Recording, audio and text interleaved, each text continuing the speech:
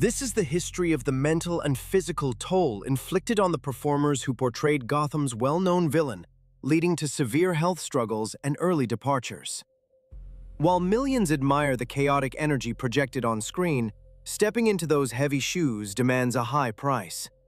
Hollywood veteran Jack Nicholson offered a cryptic warning regarding the psychological weight of the makeup, a piece of advice that went unheeded with devastating consequences. Over the decades, only 2 live-action stars who donned the paint have passed away, yet the pattern of exhaustion extends far beyond them.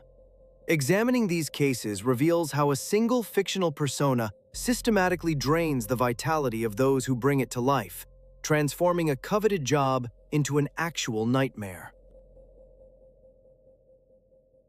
The pattern began in 1966, when Cesar Romero brought the character to television screens. Romero, proudly known as the Latin from Manhattan, refused to shave his trademark mustache because a high-profile men's fashion contract forbade it. The production team compromised, slathering thick white grease paint directly over his facial hair, which remained highly visible in close-up shots. But beneath the campy aesthetic lay a painful reality. Romero later admitted that the character's signature cackle triggered agonizing migraines. This forced cackling on set caused severe muscular tension, meaning he was the first to experience the immediate bodily strain of the role. He survived the headaches and lived to the age of 86, passing away from respiratory complications on January 1, 1994. But his experiences proved that the paint always demands a physiological tax. A far more devastating consequence unfolded decades later, when Heath Ledger accepted the assignment for the 2008 film The Dark Knight. To prepare for the part, Ledger isolated himself in a London hotel room for 6 weeks, completely severed from society. Inside that room, he constructed a chaotic internal world. He kept a scrapbooked journal filled with pictures of hyenas, comic panels, and Alex DeLarge from A Clockwork Orange. He even developed a habit of licking his lips simply to prevent his prosthetic scars from peeling off during filming.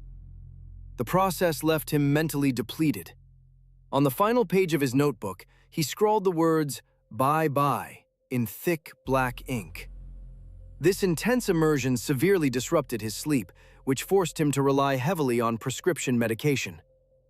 On January 22, 2008, just 6 months before the movie debuted, the 28-year-old performer died from an accidental combination of those sleep aids, earning a posthumous Academy Award for a performance that cost his life, leaving a brilliant but heartbreaking legacy. This tragic loss immediately cast a somber light back on Jack Nicholson, who secured a $50 million contract to play the villain in 1989. Though Nicholson approached the work with a sharp business mind, he publicly admitted the intense schedule and heavy prosthetic application left him physically exhausted. His own struggle with sleep medications during production gave him a deep respect for the psychological hazards involved. He knew the risks firsthand.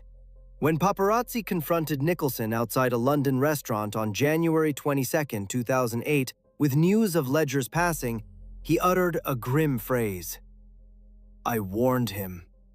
While observers assumed he meant a supernatural curse, peers later explained that Nicholson was actually referring to the hazards of prescription sleep aids. Having experienced severe hallucinations himself while using those exact pills, Nicholson previously warned other young stars in Hollywood about using chemicals to escape the pressure of demanding roles.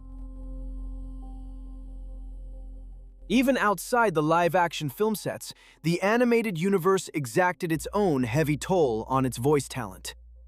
Mark Hamill took over the vocal duties in 1992 after the original casting of Tim Curry fell through due to bronchitis. For decades, Hamill stood on his feet during recording sessions, physically thrashing his arms and contorting his face to force the cackles through the microphone. The resulting voice strain forced Hamill to consume large quantities of warm lemon water just to avoid permanent vocal cord damage. But the final end came from sheer heartbreak.